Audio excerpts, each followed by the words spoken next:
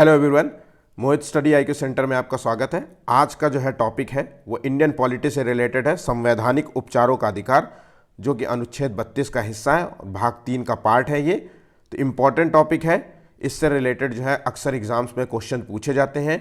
Most important topic है, इस video को ज़रूर देखिएगा और वीडियो को अंत तक एक एक क्वेश्चंस दिखेगा। मैं आपको जो है एक एक क्वेश्चंस ढूंढ करके बाकायदा जो है लेकर के आया हूँ, चाहे तो इसलिए इंपॉर्टेंट है ये टॉपिक, ठीक है। और हमारा जो लास्ट टॉपिक था वो मूल अधिकारों से रिलेटेड था, जो अनुच्छेद 12 से 35 के बीच में आता है। अगर आपने ये वीडियो नहीं देखा है तो आप उस वीडियो को भी इसके बाद ज़रूर देखिएगा। आपके जो है पॉलिटी में आपको बिल्कुल एक एक क्वेश्चंस बाकायदा तैयार करवा दूंगा, बिल्कुल क्रमबद्ध तरीके से। आपको कोई और अन्य वीडियो देखने की ज़रूरत नहीं पड़ेगी। ये सभी वीडियोस जो हैं वो आरओ एआरओ के एग्ज़ाम्स के लिए महत्वपूर्ण है, चाहे वो पेट दे लीजिए, चाहे समीक्षा अधिकारी ले लीजिए, या चाहे यूपी SSS के अंतर्गत कोई भी वैकेंसी आती है, अगर उसमें जीएस पूछे जाएगा तो ये सारे क्वेश्चंस जो है इंपॉर्टेंट है। एसएससी के एग्जाम्स में तो ये क्वेश्चंस खूब पूछे जाते हैं, रेलवे हो गए चाहे वो दरोगा भर्ती हो, ये सभी के लिए जो है इंपॉर्टेंट है। इसलिए ज़रूर वीडियो देखिएगा, मिस मत कीजिएगा। वीडियो पसंद आए तो प्लीज़ चैनल को लाइक सब्सक्राइब ज़रूर कीजिएगा और अपने दोस्तों से ज़रूर शेयर कीजिएगा ताकि वो भी इस वीडियो का लाभ ले सके। चलिए शुरू करते हैं। पहला क्वेश्चन देखते हैं। तो अनुच्छेद जो है निम्नलिखित में से अनुच्छेद 32 का संबंध जो है किससे है? तो देखिए अनुच्छेद 32 का संबंध जो है किससे है? तो सही आंसर क्या है इसका? देखिए इसका सही आंसर है संवैधानिक उपचारों का अधिकार। ध्यान रखिएगा, संवैधानिक उपचारों का अधिकार का संबंध है अनुच्छेद 32 से। मोस्ट इंपॉर्टेंट क्वेश्चन है। और ये किसका भाग है? तो ये भाग 3 का हिस्सा है। ध्यान रखिएगा, भाग जो है ये 3 का हिस्सा है, ठीक है। चलिए नेक्स्ट क्वेश्चन देखते हैं। डॉक्टर भीमराव अंबेडकर के अनुसार किस अनुच्छेद को भारतीय संविधान की आत्मा कहा जाता है या आत्मा माना है? ध्यान रखिएगा, किसने ये माना है? डॉक्टर भीमराव अंबेडकर के अनुसार किस अनुच्छेद को जो है भारतीय संविधान की आत्मा माना है? तो देखिए आर्टिकल जो है 32 है, संवैधानिक उपचारों का अधिकार, इसी को जो है इन्होंने आत्मा माना है, ठीक है। चलिए कुछ पॉइंट्स देख लेते हैं इससे रिलेटेड। डॉक्टर भीमराव अंबेडकर जो है संविधान सभा की प्रारूप समिति के अध्यक्ष थे। तो क्वेश्चंस पूछा जा सकता है, पूछा जाता है इनफैक्ट। तो जो है प्रारूप समिति के अध्यक्ष कौन थे? तो डॉक्टर भीमराव अंबेडकर जो है प्रारूप समिति के अध्यक्ष थे, ठीक है। इनके साथ साथ जो है 6 और मेंबर थे। तो टोटल अगर सदस्य संख्या पूछ ले तो टोटल 7 थे, और जो सदस्यों की संख्या कितनी थी? तो 6 थे, ठीक है। अध्यक्ष को मिला के 7 थे, ठीक है। चलिए नेक्स्ट फैक्ट देखते हैं। डॉक्टर भीमराव अंबेडकर के अनुसार जो है अनुच्छेद 32 जो है संवैधानिक उपचारों का अधिकार में दिए गए जो अधिकारों को संविधान की आत्मा कहा है, उसका हृदय कहा है, ठीक है। चलिए एक और व्यक्ति हैं जिनका नाम था BM मुंशी। इन्होंने संविधान की आत्मा किसे कहा है? तो संविधान की प्रस्तावना को इन्होंने संविधान की आत्मा कहा है। ये भी इंपॉर्टेंट है, मोस्ट इंपॉर्टेंट क्वेश्चन है ये। और इस क्वेश्चन में जो भी फैक्ट्स दिए हैं ये सभी इंपॉर्टेंट है, चाहे वो प्रारूप समिति के अध्यक्ष हो या चाहे BM मुंशी ने जो है संविधान की आत्मा किसे माना है? तो संविधान की आत्मा को जो है प्रस्तावना को संविधान की आत्मा माना है, ठीक है। चलिए आगे बढ़ते हैं। नेक्स्ट क्वेश्चन, अनुच्छेद 32 का संबंध जो है किस भाग से है? तो मैंने अभी पहले क्वेश्चन में बताया था कि अनुच्छेद 32 का जो है संबंध भाग 3 से है। भाग 3 में क्या बताया गया है? तो भाग 3 में जो है मूल अधिकारों की बात कही गई है, मूल अधिकारों की चर्चा है। और ये आर्टिकल कितने हैं? तो 12 से 35 तक जो है मूल अधिकारों के बारे में। तो ये 12 से 35 के बीच में आता है 32, तो 32 भी है इसी का हिस्सा है, ठीक है। याद रखिएगा 12 से 35 के अंतर्गत आता है मूल अधिकार, ठीक है। आप ये हमारा पुराना वीडियो, प्रीवियस वीडियो है, इससे जस्ट पहले वाला वीडियो है जो हमने कराया था, ये वीडियो आप ज़रूर देखिएगा। चलिए आगे बढ़ते हैं। नेक्स्ट क्वेश्चन देखते हैं। भारतीय संविधान जो है, या फिर हम कह लीजिए मूल अधिकारों का जो है संरक्षक किसे कहा जाता है? तो भारतीय संविधान का संरक्षक कौन है या मूल अधिकारों का संरक्षक किसे कहा जाता है? तो देखिए 4 ऑप्शंस दिए गए हैं, इंपॉर्टेंट है, ज़्यादातर लोगों को इसका आंसर पता होगा। सर्वोच्च न्यायालय को जो है मूल अधिकारों का संरक्षक कहा जाता है। मतलब सर्वोच्च न्यायालय जो है आपके अधिकारों को जो है बचाए रखता है। अगर कोई भी मतलब संसद जो है अगर कानून बना करके किसी भी तरीके से आपके अधिकारों को छीनने का प्रयास करेगी तो जो है सर्वोच्च न्यायालय उस कानून को शून्य घोषित कर देगा, 0, या तो उसे तर्क संगत का हटा देगा पूरा, है ना, पूरी तरीके से हटा देगा, कहने का मतलब है, ठीक है। चलिए आगे बढ़ते हैं। नेक्स्ट क्वेश्चन देखते हैं। सर्वोच्च न्यायालय को दी गई न्यायिक पुनर्विलोकन जो है शक्ति होती है वो किस अनुच्छेद के अंतर्गत आती है? न्यायिक पुनर्विलोकन का मतलब है जुडिशियली रिव्यू, मतलब जो है वो किसी सर्वोच्च न्यायालय जो है किसी भी कानून का जो है जुडिशियल रिव्यू कर सकता है, मतलब उस कानून को जो है एक बार रिव्यू कर सकता है, देख सकता है, समझे कि क्या है इस कानून को बनाने में, क्या चीज़ें जो है चीज़ें यूज़ की गई हैं, किस तरीके से जो है इसमें जो है थॉट्स रखे गए हैं, तो उस चीज़ का जो है पुनर्विलोकन करता है। तो ये आता है अनुच्छेद 32 के तहत। ध्यान रखिएगा, अगर पुनर्विलोकन किसी भी कानून, मान लीजिए संसद ने कोई कानून बनाया, याद ये क्वेश्चंस पूछे जाते हैं, ध्यान रखिएगा, संसद ने अगर कोई कानून बनाया है, ध्यान रखिएगा, तो अगर संसद ने कोई कानून बनाया और वो कानून है आपके मूल अधिकारों को छीनने से रिलेटेड, तो जो है सर्वोच्च न्यायालय है वो आर्टिकल 32 का प्रयोग करते हुए, न्यायिक पुनर्विलोकन का प्रयोग करते हुए उस कानून, उस जो है बनाए हुए जो है कानून की समीक्षा करता है, उसको देखेगा, समझेगा, रीड करेगा उसके एक एक पॉइंट्स को, और जो है अगर वो जो है अगर उसमें कहीं पे भी जो है मूल अधिकारों का हनन नज़र आता है, मान लीजिए किसी व्यक्तियों का जो है मान लीजिए कम मूल अधिकार कम किए जा रहे हैं, तो उसको जो है मतलब उस कानून को जो है शून्य घोषित कर देगा या उतने हिस्से को हटा देगा। मान लीजिए जिस हिस्से में जो है मतलब किसी व्यक्ति के कानून को छीनने का प्रयास किया जा रहा है, उतने हिस्से को हटा देगा, बाकी को कानून को छोड़ देगा, कहेगा ये रख लो। ठीक है, तो ध्यान रखिएगा, न्यायिक पुनर्विलोकन की शक्ति अनुच्छेद 32 के अंतर्गत आती है। ठीक है, चलिए आगे बढ़ते हैं। नेक्स्ट क्वेश्चन देखिए, हम इसको जो है कुछ फैक्ट्स देख लेते हैं। तो न्यायिक पुनर्विलोकन जो है शक्ति संविधान के मूल ढांचे का हिस्सा है, जिसे संविधान संशोधन विधि द्वारा अनुच्छेद 368 द्वारा भी नष्ट नहीं किया जा सकता। ध्यान रखिएगा, संविधान संशोधन विधि जो है, संविधान संशोधन जो है आर्टिकल कौन सा है, तो 368, जिसमें ये 368 जो है 368 के द्वारा ही जो है संविधान में संशोधन किया जाता है। ठीक है, और उस संविधान संशोधन को जो है सुप्रीम कोर्ट देखता है और समझता है कि जो है कहीं ये जो संशोधन है ये संविधान के मूल ढांचे को जो है नष्ट तो नहीं कर रहा है। अगर नष्ट नहीं कर रहा है तो वो तो कानून बन जाएगा, अगर नष्ट कर रहा है तो उसे पूरी रूप से जो है हटा देगा सुप्रीम कोर्ट। ठीक है, तो इस तरीके से चीज़ों को याद रखिएगा, सभी जो है फैक्ट्स इंपॉर्टेंट है। चलिए आगे बढ़ते हैं। नेक्स्ट क्वेश्चन, जनहितवाद जो है जिसे कहते हैं PIL, ठीक है, पब्लिक इंटरेस्ट लिटिगेशन, इसका संबंध जो है किस देश के संविधान से है। ठीक है, मतलब ये किस देश का हिस्सा है, ये इसे किस देश ने लागू किया था, इस तरीके से कह लीजिए। तो जनहित याचिका जो है ये हमारे देश से की दी हुई है, ये हमारे देश के जो है न्यायाधीश थे जिनका नाम था श्री जो है PN भगवती। ध्यान रखिएगा, PN जो है भगवती। ठीक है, इंपॉर्टेंट है क्वेश्चन। PM भगवती ने जो है ये PIL जो है मतलब यह PIL जारी करने वाला जो है अधिकार दिया था नागरिकों को। अगर इसे PIL के बारे में जानना है, इससे रिलेटेड कुछ चीज़ देखनी है, तो आप एक जॉली LLB मूवी आई थी वो आप देख सकते हैं। इसी में जो है जो हीरो होता है वो PIL दायर करता है। ठीक है, तो चलिए आगे बढ़ते हैं। अनुच्छेद 32 के अंतर्गत अब अनुच्छेद 32 के मेन आर्टिकल्स के बारे में जानते हैं। तो देखिए, अनुच्छेद 32 के अंतर्गत जो है कितने प्रकार की जो है रिट दी गई है। तो अनुच्छेद 32 के अंतर्गत कितने प्रकार की रिट दी गई है, इसका सही आंसर है 5 प्रकार की रिटों का जो है इसमें चर्चा की गई है। 5 प्रकार की रिट आपको याद रखनी पड़ेंगी, बिल्कुल रटना पड़ेगा, ये समझ लीजिए। तो 5 प्रकार की रिट का नाम है बंदी प्रत्यक्षीकरण, जिसे कहते हैं हैबियस कार्पस। अच्छा, एक बात इंपॉर्टेंट और है कि जो यहाँ नाम हिंदी और इंग्लिश दोनों में दिए गए, ये आपको दोनों नाम याद रखने, हिंदी और इंग्लिश दोनों में रखने पड़ेंगे। क्यों? क्योंकि एग्जाम्स में दोनों नाम पूछे जाते हैं। हो सकता है कि क्वेश्चंस पूछे और आपको इंग्लिश नाम दे दे, हिंदी में ही लिख देगा, या जैसे मैंडमस लिखा है तो इस तरीके से लिख देगा मैंडमस। तो कई बच्चे क्या होता है कि हिंदी नाम तो याद कर लेते हैं, इंग्लिश को जो है उनको जो है अच्छा नहीं लगता, इंग्लिश नहीं पढ़ते हैं तो उनको आदत नहीं होती, तो और वो क्वेश्चन आता हुआ भी गलत कर देंगे। तो याद रखिए हिंदी और इंग्लिश दोनों में याद कीजिएगा। चलिए, बंदी प्रत्यक्षीकरण जिसे कहते हैं हैबियस कॉर्पस, उसके बाद परमादेश जिसे कहते हैं मैंडमस, उसके बाद प्रतिषेध है प्रोहिबिशन, और उत्प्रेषण सर्टियोरारी, और अधिकार प्रक्षा को बोलते हैं कू वारंटो। ठीक है, तो ये 5 नाम आपको याद रखने हैं। चलिए आगे बढ़ते हैं, एक एक जो है रिट्स के बारे में क्वेश्चंस देखते हैं, इससे जो है आपकी चीज़ें बिल्कुल तरीके से तैयार हो जाएंगी। चलिए आगे बढ़ते हैं। भारतीय संविधान के अनुच्छेद 32 में समाविष्ट जो है 5 रिटों का मूल संबंध जो है किस देश से। ध्यान रखिएगा, अनुच्छेद 32 जो है ये जो रिट का जो है संबंध अन्य किसी देश से है। तो किस देश से है? तो ये इंग्लैंड की न्याय प्रणाली से है, मतलब ये इंग्लैंड की न्याय प्रणाली से ये रिट जो है पद्धति हमारी ली गई है। ठीक है, याद रखिएगा, इंपॉर्टेंट है। चलिए आगे बढ़ते हैं।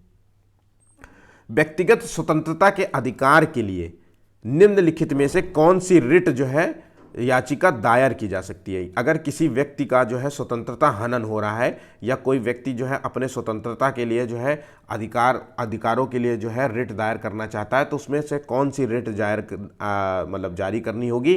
तो उसका नाम है हैबियस कार्पस। मैंने आपको बताया था, ये देखिए हिंदी से इंग्लिश में मैंने लिख दिया है। तो हैबियस कार्पस मतलब बंदी प्रत्यक्षीकरण। आइए चलिए इससे रिलेटेड फैक्ट्स देख लेते हैं।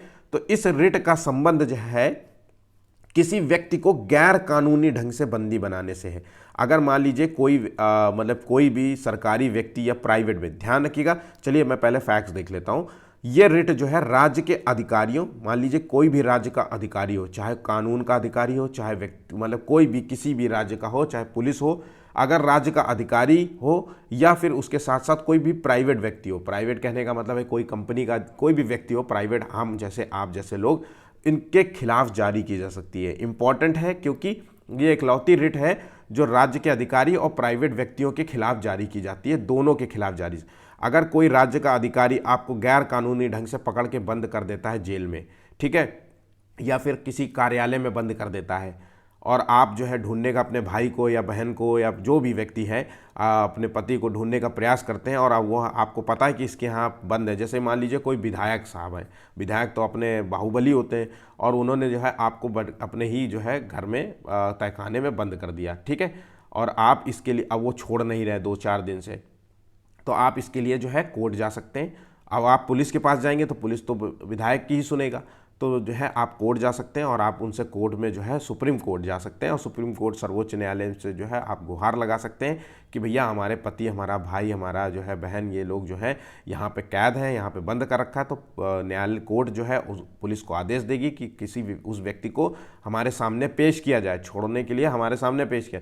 तो पुलिस उनके यहाँ जाएगी। अब चूंकि कोर्ट का मसला है तो वो तो लेकर के ही आएगा उस व्यक्ति को, ठीक है। तो इस तरीके से होता है। तो ये राज्य के अधिकारी और प्राइवेट व्यक्तियों के लिए जारी की जाती है, ठीक है। ध्यान रखने यहाँ पे जो है अपवाद वाली बात यह है कि सेना न्यायालय के आदेशों के खिलाफ रिट नहीं जारी की जा सकती। ये वाली रिट अगर मान लीजिए सेना के किसी अधिकारी ने किसी चीज़ के लिए मतलब किसी व्यक्ति को जो है पकड़ रखा है, तो जैसे आमतौर पे जम्मू कश्मीर के केस में होता था कि उसमें जो है कोई ऐसा तो होता नहीं था कि मजिस्ट्रेट पकड़ने के बाद मजिस्ट्रेट के सामने पेश करना, उसको जो है पकड़ के धर लिया जाता था, है ना, उससे पूछा जाता था कि कौन कौन सी एक्टिविटी हो रही है ना, ये सारी चीज़ें होती थी। तो इस तरीके से सेना न्यायालय के जो है आदेशों के खिलाफ रिट जारी नहीं की जा सकती, ठीक है। चलिए आगे बढ़ते हैं। नेक्स्ट क्वेश्चन देखते हैं। बंदी प्रत्यक्षीकरण जो है रिट, जिसे कहते हैं हैबियस कार्पस, इस रिट का मूल उद्देश्य जो है संविधान के किस अनुच्छेद से है?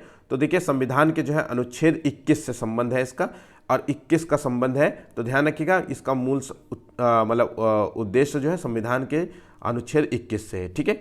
चलिए कुछ फैक्ट्स देख लेते हैं। बंदी प्रत्यक्षीकरण रिट का मूल उद्देश्य अनुच्छेद 21 में दिए गए दैहिक स्वतंत्रता के अधिकारों की से रक्षा करना है, ठीक है। दैहिक स्वतंत्रता के अधिकारों से रक्षा करना है। और अनुच्छेद 21 का जो है संबंध है, मतलब एक तरीके से जो लाइन दी गई है वो है प्राण एवं दैहिक स्वतंत्रता से है, ठीक है। एक ही चीज़ लिख दी है मैंने 2 बार, ठीक। चलिए आगे बढ़ते हैं।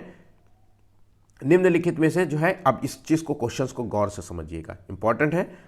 निम्नलिखित में से किन मामलों में बंदी प्रत्यक्षीकरण जो है रिट जारी नहीं की जा सकती है?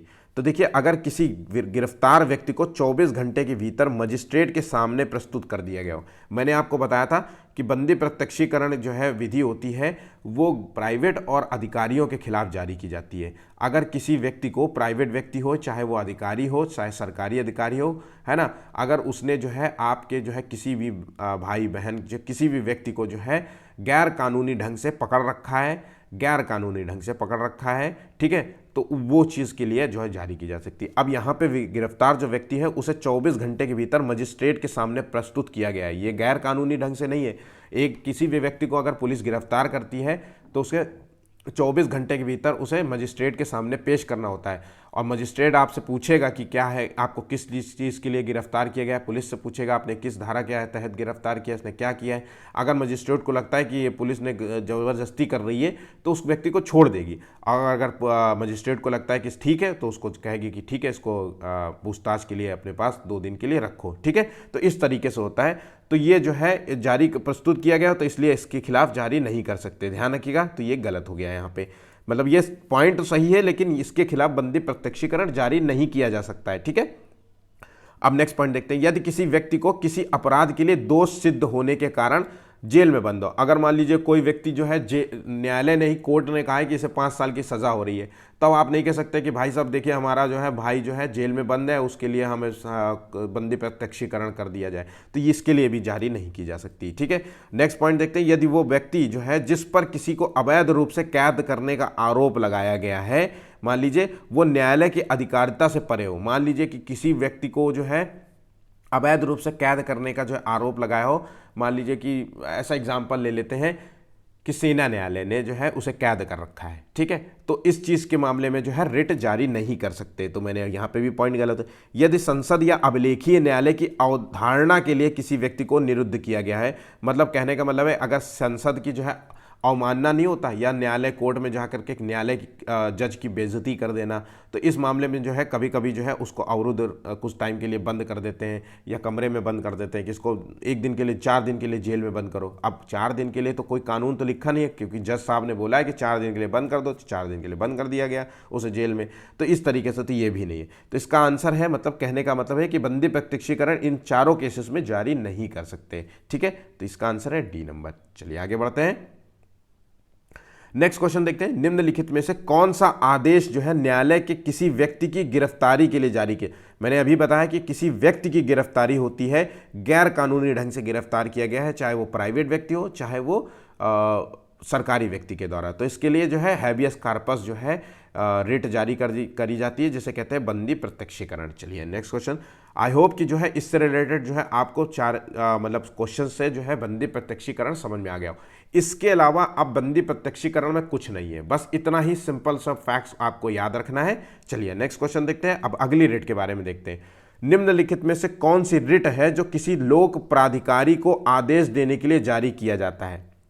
अब देखिए, किसी लोक प्राधिकारी मतलब जो है पब्लिक जो है ऑफिसर्स होते हैं ना, जैसे कि जो सरकारी अधिकारी होते हैं, उनको आदेश देने के लिए जारी किया जाता है। तो देखिए वो कौन सा होता है, तो इसका आंसर है परमादेश। सही आंसर है परमादेश। परमादेश को क्या कहते हैं इंग्लिश में, मैंडमस।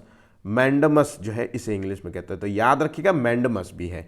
ठीक है, मैंडमस का जो मूल अर्थ होता है, फैक्ट्स देख लेते हैं, हम आदेश देते हैं। मैंडमस का क्या मूल अर्थ होता है, हम आदेश देते हैं। कौन आदेश देगा, कोर्ट आदेश देगा। आदेश भी कौन कोर्ट देगा, तो सुप्रीम कोर्ट या फिर हाई कोर्ट, दोनों के पास जो है मतलब रिट जारी करने की शक्ति है। बाकी जिला न्यायालयों के पास रिट जारी करने की शक्ति नहीं है। याद रखिएगा, इस पॉइंट को भी ध्यान रखिएगा कि सुप्रीम कोर्ट या हाई कोर्ट, आप कहीं पे भी जो है आपने रिट के लिए मतलब अधिकारों के लिए जा सकते हैं, मूल अधिकारों के हनन के लिए आप जा सकते हैं, चाहे वो आप सुप्रीम कोर्ट जाइए और चाहे आप जो है हाई कोर्ट चले जाइए। ठीक है, चलिए कुछ फैक्ट इससे और नेक्स्ट पॉइंट देखते हैं। तो यह रिट जो है किसी प्राइवेट व्यक्ति या प्राइवेट कंपनी के खिलाफ नहीं जारी की जा सकती है, क्योंकि यहाँ पे पहले ही बताया गया है कि लोक प्राधिकारी, पब्लिक अथॉरिटी वाला जो है व्यक्ति, मतलब सरकारी, अगर कोई सरकारी जो है व्यक्ति ऑफिस में बैठ के आपका काम नहीं कर रहा है, आपको टहला रहा है, इधर उधर भगा रहा है ना, आपको धमकी दे रहा है कि नहीं करूँगा काम,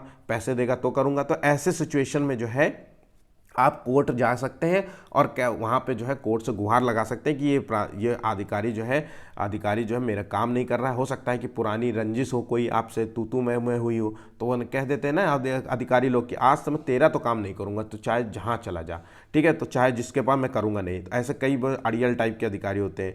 ठीक है, तो वो आदेश तब क्या होता है कि न्यायालय जो है, सुप्रीम कोर्ट या हाई कोर्ट जो है उस व्यक्ति को, उस पब्लिक अथॉरिटी वाले जो है व्यक्ति को जो है, अधिकारी को जो है आदेश देता है कि क्यों, उसको बुलाता है कोर्ट में, उससे पूछता है कि इनका काम कब से पड़ा था, क्यों नहीं किया, क्या कारण है, सारी चीज़ें जाता है और उसको फिर आदेश देता। अगर वो कार्य करने योग्य है, मतलब उसमें जो है सारे कागज पेश किए या जो भी काम हो, उसको फिर आदेश देता है कि ये कार्य तुरंत करो और फिर मुझे इसकी रिपोर्ट पेश करो। तो ये आंसर है इसका परमादेश। ठीक है, सिर्फ केवल लोक प्राधिकारी ही इसमें होता है, कोई भी सरकारी अधिकारी के खिलाफ जारी किया जा सकता है। अब याद रखिएगा, प्राइवेट व्यक्ति के खिलाफ नहीं जारी होता है, और राष्ट्रपति या किसी अन्य जो है राज्य के राज्यपाल के विरुद्ध जो है कर्तव्यों को पालन करने के लिए रिट जारी नहीं किया जा सकता। याद रखिएगा, क्योंकि राष्ट्रपति और राज्यपाल जो होता है ये कार्यपालिका के ही जो है मतलब हिस्सा होते हैं। ठीक है, मेन हेड होते हैं। तो ऐसा नहीं है कि जो है ये भी लोक प्राधिकारी ही कहलाएंगे पर इसका मतलब ये नहीं कि राष्ट्रपति के खिलाफ जो है रिट जारी कर दो कि ये हमारा ये काम नहीं कर रहे हैं। ठीक है, तो इस चीज़ चलिए नेक्स्ट क्वेश्चन देखते हैं। निम्नलिखित में से कौन सी रिट जो है अधीनस्थ न्यायालय, ध्यान रखिएगा यहाँ पे सुप्रीम कोर्ट और हाई कोर्ट के बाद जो न्यायालय आता है वो है अधीनस्थ न्यायालय। तो इसमें से कौन सी रिट जो है अधीनस्थ न्यायालय या न्यायिक निकाय के विरुद्ध जारी की जाती है। अब मोस्ट इंपॉर्टेंट है, अभी तक आपने 2 रिट देख ली है, अब बात आती है अधीनस्थ न्यायालय के देखिए खिलाफ। ठीक है, तो अधीनस्थ न्यायालय या न्यायिक निकाय के विरुद्ध जारी की जा सकती है, तो वो है प्रतिषेध। याद रखिएगा प्रतिषेध जो है जिसे कहते हैं इंग्लिश में कहते हैं प्रोहिबिशन, ठीक है, विशन जो कहते हैं। तो ये जो है ये केवल अधीनस्थ जिला न्यायालयों के खिलाफ जारी की जाती है। ठीक है, चलिए अब ये फैक्ट्स देख लेते हैं इससे रिलेटेड कुछ। प्रतिषेध का मतलब होता है रोकना। ठीक है, इस रिट का मूल उद्देश्य होता है किसी अधीनस्थ न्यायालय को अपनी अधिकारिता से बाहर कार्य करने से रोकना। मतलब अपनी अधिकारिता से बाहर कार्य करने से हमें रोकना है इसको अधीनस्थ न्यायालय का। ठीक है, और ये रिट जो होती है विधायिका या कार्यपालिका के विरुद्ध जारी नहीं की जा सकती। तो मैंने अभी आपको बताया कि जो है अब ये जो रिट होती है जिसे कहते हैं प्रतिषेध, ये रिट जो है केवल न्यायपालिका से जुड़ी हुई है। तो क्वेश्चंस पूछ सकता है कि किस रिट का संबंध न्यायपालिका से है, तो न्यायपालिका से जुड़ा हुआ है, ये केवल न्यायपालिका के लिए ही जारी की जा सकती है और किसी के लिए जारी नहीं की जा सकती, ना ही विधायिका के लिए और ना ही कार्यपालिका के विरुद्ध जारी की जा सकती है। ठीक है, ये रिट जो है किसी प्राइवेट या किसी प्राइवेट संस्था के विरुद्ध भी नहीं जारी की जा सकती। तो ठीक है, ये सभी फैक्ट्स इंपॉर्टेंट हैं। तो अब ध्यान रखिएगा, आपने समझ गए प्रतिषेध किसके खिलाफ जारी की जाती है, अधीनस्थ न्यायालय, ये केवल न्यायालय के खिलाफ जारी की जाती है। अब अगला क्वेश्चन देखते हैं इससे रिलेटेड। न्यायालय द्वारा जो है किसी मामले में अंतिम फैसला सुना दिया गया हो तब कौन सी रिट जारी की। देखिए अब याद रखने वाली बात यह है कि 2 रिटें जो होती हैं वो न्यायालय के खिलाफ जारी की जाती है, प्रतिषेध और उत्प्रेषण। ठीक है, बंदी प्रत्यक्षीकरण मैंने आपको बता दिया है और मैंडमस भी मैंने बता दिया है, लेकिन प्रतिषेध और उत्प्रेषण, प्रतिषेध को इंग्लिश में बोलते हैं प्रोहिबिशन और उत्प्रेषण को बोलते हैं सर्टियोरारी। ये जो दोनों रिट होती है ये न्यायालय के विरुद्ध जारी की जाए, न्यायालय के विरुद्ध, मतलब न्यायालय में जो है कार्य कर रहे होते हो लोग, चाहे वो न्यायालय का कोई भी लोग हो या फिर न्यायालय का क्यों ना जज ही हो, उनके खिलाफ जारी किया जा सकता है। ठीक है, तो अगर न्यायालय ने, अगर मान लीजिए कोर्ट बैठी हुई है और कोर्ट ने अपना अंतिम फैसला सुना दिया हो, ध्यान रखिएगा अंतिम फैसला सुना दिया गया हो। मान लीजिए आप एक जज था एक, और आपके खिलाफ जो है कानूनी कार्रवाई की गई है। ठीक है, और आपके खिलाफ जो है कोर्ट ने फैसला सुना दिया हो, कहा हो, मान लीजिए उदाहरण के तौर पे कि उसने कहा कि आपको 5 साल की सज़ा दी जाती है। ठीक है, और आपको लग रहा है कि ये फैसला गलत है, तर्कसंगत नहीं है। ठीक है, और अपनी अधिकारिता से बाहर निकल के फैसला दे रहा है, मतलब कि ये न्यायपूर्ण नहीं है, अपनी अधिकारिता से बाहर निकल के दे रहा है या फिर नियमों का उल्लंघन कर रहा है। याद रखिएगा नियमों का उल्लंघन कर रहा है, जिन नियमों के तहत उसको जो है सज़ा देना चाहिए वो गलत है। ठीक है, तो ऐसे सिचुएशन में अंतिम फैसला सुना दिया गया हो, ऐसे सिचुएशन में उत्प्रेषण जो होती है रिट जारी की जाती है, जिसे कहते हैं सर्टियोरारी। ठीक है, चलिए नेक्स्ट पॉइंट देखते हैं। अब उसी तरीके से अगला क्वेश्चन है, न्यायालय द्वारा जो है किसी मामले में अंतिम फैसला नहीं सुनाया गया हो तब कौन सी रिट जारी की जा सकेगी। तो देखिए इसमें अंतिम फैसला नहीं सुनाया गया है, तब हम प्रतिषेध जारी करेंगे। प्रतिषेध का मतलब होता है रोकना, इसका मूल अर्थ है रोकना, मतलब वो है हम रोकना चाहते हैं कि आप ये काम ना करिए। ठीक है, तो न्यायालय जो होता है, न्यायालय कौन रोकेगा, तो सुप्रीम कोर्ट और हाई कोर्ट जो है आदेश देगा कि ऐसा है चाचा, तुम ये काम नहीं करोगे, तुम ये वाला फैसला नहीं सुनाओगे, कुछ और फैसला सुनाओ। ऐसा सिचुएशन कब बनती है, जब जो है जज जो है मिला हुआ हो किसी से, अधिकारिता से बाहर कार्य कर रहा हो, ज़बरदस्ती जो है तुम्हारे खिलाफ जो है मतलब केस बनाने की कोशिश कर रहा हो, इनफैक्ट मतलब बड़े मतलब 5 साल की सज़ा में जो है 7 साल की सज़ा दे दे, तो ऐसी सिचुएशन में जो है उसे रोकना पड़ता है। ठीक है, तो ये याद रखिएगा प्रतिषेध बस इसमें कुछ नहीं है। प्रतिषेध और उत्प्रेषण को याद करने का सबसे अच्छा तरीका है, ये दोनों हैं, न्यायालय के खिलाफ जारी की जाती हैं, अधीनस्थ न्यायालय की बात हो रही है। ठीक है, अधीनस्थ न्यायालय या न्यायिक निकाय कोई हो उनके खिलाफ जारी की जा सकती है। प्रतिषेध का संबंध है अंतिम फैसला नहीं सुनाया गया हो, और उत्प्रेषण का संबंध है अंतिम फैसला सुना दिया गया हो तब जारी की जा सकती है। ठीक है, चलिए आगे बढ़ते हैं। निम्नलिखित में से कौन सी रिट का सो है वरिष्ठ न्यायालय, वरिष्ठ न्यायालय का मतलब है सुप्रीम कोर्ट, हाई कोर्ट द्वारा किसी अधीनस्थ न्यायालय या न्यायिक निकाय के लिए जारी की जा सकती है। तो देखिए इनमें से कौन सी न्यायिक निकायों के लिए जारी की जाती है। तो देखिए मैंने आपको बताया था प्रतिषेध और उत्प्रेषण जो है वो न्यायिक निकायों या न्यायालय के विरुद्ध जारी की जा सकती है, अधीनस्थ न्यायालय की बात हो रही है। ठीक है, चलिए आगे बढ़ते हैं।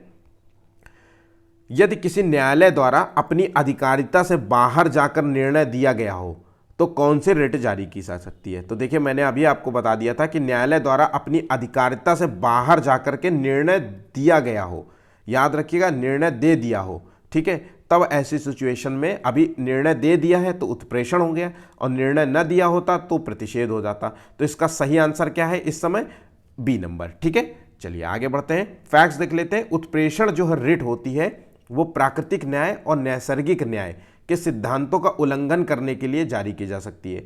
ठीक है, मान लीजिए कि जो कानून, जो नियम दिए गए थे, जो नियम लिखे हैं किताबों में, उसके अनुसार ना देकर के 5 साल की सज़ा को 7 साल में कर दिया, जहाँ पे कठोर सज़ा नहीं देनी थी वहाँ पे बोल दिया कठोर सज़ा मिलेगी, है ना। तो इस तरीके से जो है नैसर्गिक न्याय के जो है उल्लंघन हुआ है। ठीक है, अब ध्यान रखिएगा उत्प्रेषण जो है रिट जो है निम्न आधारों पर भी जारी की जा सकती है।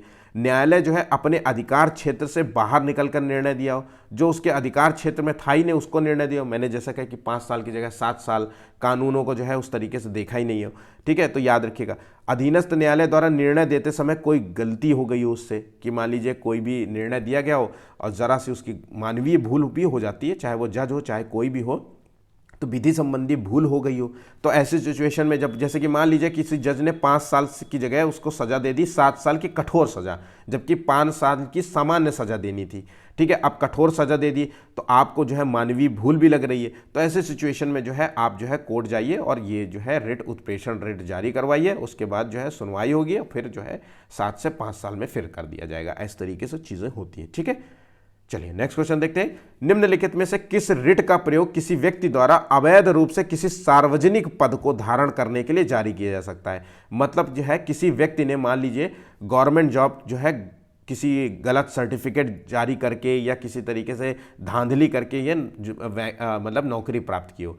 जैसे कि आजकल के जो है आप पेपर देखते हैं, देने जाते हैं तो देखते हैं आप कई बार देखते हैं कि OMR शीट में जो है कई लड़के या लड़कियां जो है OMR शीट भरते ही नहीं है ना, और फिर जो है उनका नाम भी आ जाता है कि वो देखिए कितना बढ़िया नंबर लेके आए। तो इस तरीके से जो है अगर आप उसको सिद्ध कर देते हैं तो ये उसी के खिलाफ है। सार्वजनिक पद जो है आपने गलत तरीके से धारण किया है, आपने जो नौकरी गवर्नमेंट की प्राप्त की है उसको जो है गलत सर्टिफिकेट लगा करके, इसमें गलत सर्टिफिकेट में आमतौर पर जो कॉमन होता है ना कि डेट ऑफ बर्थ वाली जो होती है ना, आमतौर पे इंडिया में ये चलता है कि आप जैसे 96 की पैदाइश है तो इसको जो है 97 कर देंगे, 1 साल बढ़ा करके रिप्रेजेंट करेंगे ताकि जो है 1 साल बच्चे को आगे जीवन में कभी मिल जाए। तो इस तरीके से जो है कोशिश करते हैं। तो ये भी एक अवैध रूप से धारण किया गया है पद होता है। अगर मान लीजिए कोई प्रूफ कर दे कि इसकी डेट ऑफ बर्थ 97 थी लेकिन इसने गलत सर्टिफिकेट पेश करके 96 से जो है नौकरी प्राप्त करने की कोशिश की है, अगर ये सिद्ध हो जाता है तो उसकी नौकरी छिन जाएगी। तो ये कौन सा जो होता है, तो ध्यान रखिएगा सार्वजनिक पद को धारण करने के लिए जारी किया जाता है अधिकार प्रच्छा। ठीक है, जिसे कहते हैं को वारंटो मतलब कौन अधिकार दिया ये तुमको, ये कहने का मतलब होता है। ठीक है, चलिए आगे बढ़ते हैं। तो ऐसी सिचुएशन में क्या होता है, कोर्ट जो है आपको बुलाएगा, व्यक्ति को बुलाएगा अपने सामने और कहेगा वो जो भी जिन भी नियमों के तहत जो है गड़बड़ी पाई जाती है उसको कहेगा। मान लीजिए आपका सर्टिफिकेट ही गलत है, हाई स्कूल इंटर का सर्टिफिकेट जो गलत है तो उसको कहेगा कि आप ऐसा है हाई स्कूल और इंटर का सर्टिफिकेट यहाँ जमा कीजिए और इसकी जांच के आदेश दीजिए। अगर वो जांच सही पाया जाता है तो उसको, अगर जांच में मतलब सही पाया जाता है उसका सर्टिफिकेट ठीक है तो नौकरी करने दिया जाएगा, नहीं होगा तो उसकी छीन ली जाएगी नौकरी। मतलब ये पद भी छीना जा सकता है, खाली कर दिया जा सकता है। ठीक है, चलिए आगे बढ़ते हैं। उच्च न्यायालय द्वारा जो है रिट, उच्च न्यायालय की बात हो रही है, अभी तक हमने सुप्रीम कोर्ट की बात कर रहे थे, अब उच्च न्यायालय की बात कर रहे हैं। तो उच्च न्यायालय द्वारा जो है रिट जारी करने की शक्ति किसके अंतर्गत आती है, अनुच्छेद 226। याद रखिएगा हाई कोर्ट की जो है रिट जारी करने की शक्ति जो है अनुच्छेद 226 के अंतर्गत आती है और सुप्रीम कोर्ट की जो रिट जारी करने की शक्ति जो होती है वो अनुच्छेद 32 के अंतर्गत आती है। ठीक है, चलिए आगे बढ़ते हैं। निम्नलिखित में से जो है किसमें रिट जारी करने की शक्ति ज्यादा दी गई है, याद रखिएगा ज्यादा रूप से व्यापक है। तो हाई कोर्ट की शक्ति ज्यादा है, या उच्च न्यायालय की या अधीनस्थ न्यायालय की न्यायिक। तो देखिए ये दोनों न्यायालयों की तो खैर रिट ही नहीं है, रिट ही जारी करने की शक्ति नहीं दी गई। तो इसका सही आंसर है उच्च न्यायालय। याद रखिएगा, उच्च न्यायालय की रिट जारी करने की शक्ति ज्यादा है। सुप्रीम कोर्ट हालांकि सर्वोच्च होता है, लेकिन उच्च न्यायालय की रिट जारी करने की शक्ति सबसे ज्यादा होती है। आइए इसको जानते हैं क्यों। सर्वोच्च न्यायालय जो अनुच्छेद 32 के अंतर्गत रिट जारी करता है, यह सिर्फ केवल मूल अधिकारों के लिए रिट जारी करता है। अगर आपके मूल अधिकारों का हनन हो रहा है तो आप जो है सुप्रीम कोर्ट में आप जो है रिट जारी करवा सकते हैं, ठीक है। लेकिन उच्च न्यायालय जो होता है, जो कि हाई कोर्ट है, हाई कोर्ट जो है अनुच्छेद 226 के अनुसार मूल अधिकारों के साथ साथ अन्य प्रयोजनों के लिए भी रिट जारी करता है। ध्यान रखिएगा, अन्य प्रयोजनों के लिए भी रिट जारी कर सकता है। तो अन्य प्रयोजन के बारे में क्या बताया गया है, यहां पे अन्य प्रयोजन को डिफाइन नहीं किया गया है। मान लीजिए कि आपको जो है अन्य प्रयोजन के लिए रिट जारी करवाना है, मूल अधिकार जितनी 5 रिटों के अलावा। मान लीजिए कि आपको प्राइवेट व्यक्ति के लिए जो है रिट जारी करवाना है, आपको कोई एक नई प्रकार की रिट है, आपको कोई और नई प्रकार की समस्या है और वो रिट के अंतर्गत लगती है, तो आप हाई कोर्ट जाएंगे, आप वहां पे इस तरीके से रिट की गुहार करेंगे कि मुझे इसके खिलाफ जारी करना है। अगर हाई कोर्ट को लगता है कि ये इसके खिलाफ रिट जारी की जा सकती है तो उसको रिट जारी कर भी देगा।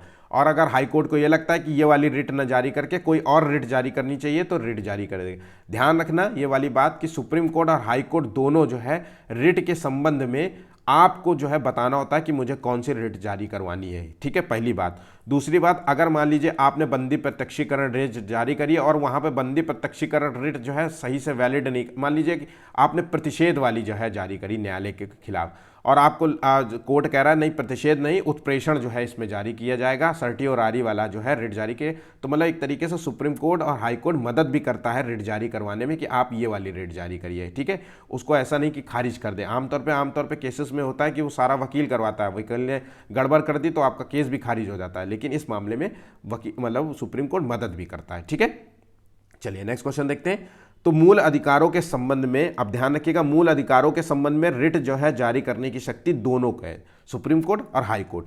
ये बेसिक चीजें होती हैं जो क्वेश्चंस के रूप में पूछी जाती हैं और यही चीजें होती हैं हम रट तो डालते हैं और बच्चे जो है रटने की कोशिश करते हैं और रटने के संबंध में क्या होता है कि क्वेश्चंस फिर गलत करके आते हैं, फिर उनसे पेपर नहीं निकलता। वो कहते हैं हमने पूरी घटना चक्र हमने न जाने कौन कौन सी बुक पढ़ डाली है और हमारा याद है, क्योंकि वो सब जो है सामान्य बुकें होती हैं और बुकों में जो है 2-4 पॉइंट के क्वेश्चंस बार बार वही को घुमा घुमा के रिपीट किए करे जाते हैं, ठीक है। आप चाहे घटना चक्र, अगर आपके पास घटना चक्र तो एक बार देखिएगा कि अनुच्छेद 32 से रिलेटेड कितने क्वेश्चंस दिए गए। मैं आपको जो है चैलेंज कर रहा हूं, आप बताइएगा क्या ये जो क्वेश्चंस मैंने दिए हैं वो कहाँ से लिए गए होंगे। मैंने आपको जो है चीज़ें अपने पर्सनल नोट से मैं आपको दे रहा हूँ और परीक्षा के लिए सबसे ज़्यादा इंपॉर्टेंट है, ठीक है। वीडियो पसंद आ रहा हो तो प्लीज़ चैनल को यार लाइक कर दिया करो यार दोस्तों, ठीक है, लाइक किया करो, अपने दोस्तों से ज़रूर शेयर किया करो। वीडियोस बहुत इंपॉर्टेंट है आपके लिए, कोई भी एग्जाम्स में जाएंगे आपको इनसे बाहर आप निकल नहीं सकते। आप कितनी भी मेहनत कर लीजिए, आप कितनी भी किताबें रट डालिए, अगर पेपर में ये बेसिक चीज़ें नहीं तैयार है तो आपको कुछ नहीं हो सकता। मैं आपको मतलब खड़ी बात बता रहा हूँ। आप जब कितना भी क्वेश्चन दे लें, कई लोग जो है 10-10 साल तक पेपर देते रहते हैं फिर भी उनका पेपर नहीं निकलता। उसका यही कारण होता है कि वो एक कोई बुक खरीद लाते हैं, उसको रट डालते हैं, कहते हैं देखो मैंने एक पेज रट डाला है। अरे रटने से क्या होगा भैया, जब तुमको बेसिक पॉइंट नहीं, अगर टीचर ने अगर जरा सा आयोग जो है इतना भी बेवकूफ़ नहीं है, समझता है कि इतने जब 25-25 लाख जब लड़के पेपर देने आते हैं तो वो समझता है कि बच्चों को जो है सब रट के आए होंगे ये बुक, ठीक है। मार्केट में तो सब पता है, वो आयोग का व्यक्ति जो है मार्केट में दुकान में भी टहलता होगा ना, वो जाता है कि देखता है अरे ये तो सब बुकें ही हैं, तो वो अपनी जो है ऑथेंटिक बुक उठाता है, फिर वहाँ से क्वेश्चन निकालता है। मैंने ऑथेंटिक बुक से ही आपको जो है क्वेश्चंस निकाल करके बना करके दिए हैं, ठीक है, और ये सभी क्वेश्चंस पूछे जाते हैं, ठीक। चलिए आगे बढ़ते हैं, वीडियो को जरूर शेयर कीजिएगा। आज का जो है वीडियो का टारगेट है वो 50 लाइक। यार ये अभी तक 50 लाइक का टारगेट तक नहीं पूरा हुआ है। मैं कभी कभी सोचता हूँ कि क्या ही पढ़ाना, इससे अच्छा तो मैं नाच लेता तो ज़्यादा अच्छा था, उसमें तो ज़्यादा लाइक्स मिल जाते। समझा करो यार, पढ़ाई की चीज़ें होती हैं तो उसको थोड़ा सा सपोर्ट भी किया करो। आप लोग मोटिवेट भी नहीं करते हो कि उसको एटलीस्ट लाइक ही कर दे रहा हूँ वीडियो को, ठीक है। तो चलिए आज का जो है टारगेट 50 लाइक्स का रखते हैं फिर से, और आपके लाइक्स जो है हमें भी मोटिवेशन देंगे, हम डेली आपके लिए इसी तरीके के वीडियोस लेकर के आएंगे। चलिए नेक्स्ट क्वेश्चन देख लेते हैं, टाइम वेस्ट नहीं करते हैं। किस अनुच्छेद के अंतर्गत जो है संसद सर्वोच्च न्यायालय को मूल अधिकारों से अलग विषयों पर रिट जारी करने की शक्ति दे सकती है। मतलब कहने का मतलब है कि सर्वोच्च न्यायालय के पास रिट जारी करने की शक्ति है अनुच्छेद 32 के अंतर्गत, और इसके अंतर्गत जो है 5 प्रकार की रिट जारी की जा सकती है। तो क्या संसद जो है 5 प्रकार से भी अधिक रिट जारी करने की शक्ति दे सकती है? तो ये बिल्कुल हाँ। याद रखिएगा, सर्वोच्च न्यायालय को 5 प्रकार से भी अधिक जो है रिट जारी करने की शक्ति संसद द्वारा मिल सकती है, लेकिन वो किस अनुच्छेद के अंतर्गत मिल सकती है? तो वो है अनुच्छेद 139 के तहत जो है संसद सर्वोच्च न्यायालय को जो है मूल अधिकारों से अलग विषयों पर रिट जारी करने की शक्ति भी दे सकती है, जैसे हाईकोर्ट को मिली हुई है। ठीक है, चलिए आगे बढ़ते हैं। आखिरी क्वेश्चन है, यदि अधीनस्थ न्यायालय को रिट जारी करने की शक्ति प्रदान करने की बात हो, अधीनस्थ न्यायालय के पास रिट जारी करने की शक्ति तो है नहीं, लेकिन अगर बात कही जाए कि अधीनस्थ न्यायालय को रिट जारी करने की शक्ति की बात हो, तो यह शक्ति जो है किसके द्वारा जारी की जा सकती है? ठीक है, यह संसद द्वारा, सर्वोच्च न्यायालय के जो है आदेश के द्वारा, या राष्ट्रपति या उच्च न्यायालय? इसका सही आंसर है संसद द्वारा। संसद द्वारा जो है अधीनस्थ न्यायालय को रिट जारी करने की शक्ति प्रदान की जा सकती है, लेकिन अभी तक ऐसा किया नहीं गया है। ध्यान रखिएगा, अभी तक ऐसा नहीं किया गया है। तो आज के जितने भी इंपॉर्टेंट क्वेश्चंस थे फैक्ट्स के साथ, सभी इंपॉर्टेंट थे, आपको बिल्कुल ये याद कर लेना है। समझा मैंने, एक एक पॉइंट दिया है, अब आप रट डालिए इन क्वेश्चंस को। रिट के बाद अगर आपने मूल अधिकार और रिट, मतलब मेरा कहने का मतलब है 12 से, आप समझ लीजिए आर्टिकल 12 से आर्टिकल 35 तक आपको एक भी क्वेश्चंस जो है गलत नहीं होगा। मतलब इस बुक को पढ़ने के बाद, इस जो है वीडियोस को देखने के बाद आपका 12 से 35 तक कोई भी क्वेश्चंस गलत नहीं होगा, कभी जिंदगी में गलत नहीं होगा, मेरा कहने का मतलब है। ठीक है, तो आज के लिए बस इतना ही। धन्यवाद। वीडियो को ज़रूर ज़्यादा से ज़्यादा शेयर ज़रूर कीजिएगा। धन्यवाद।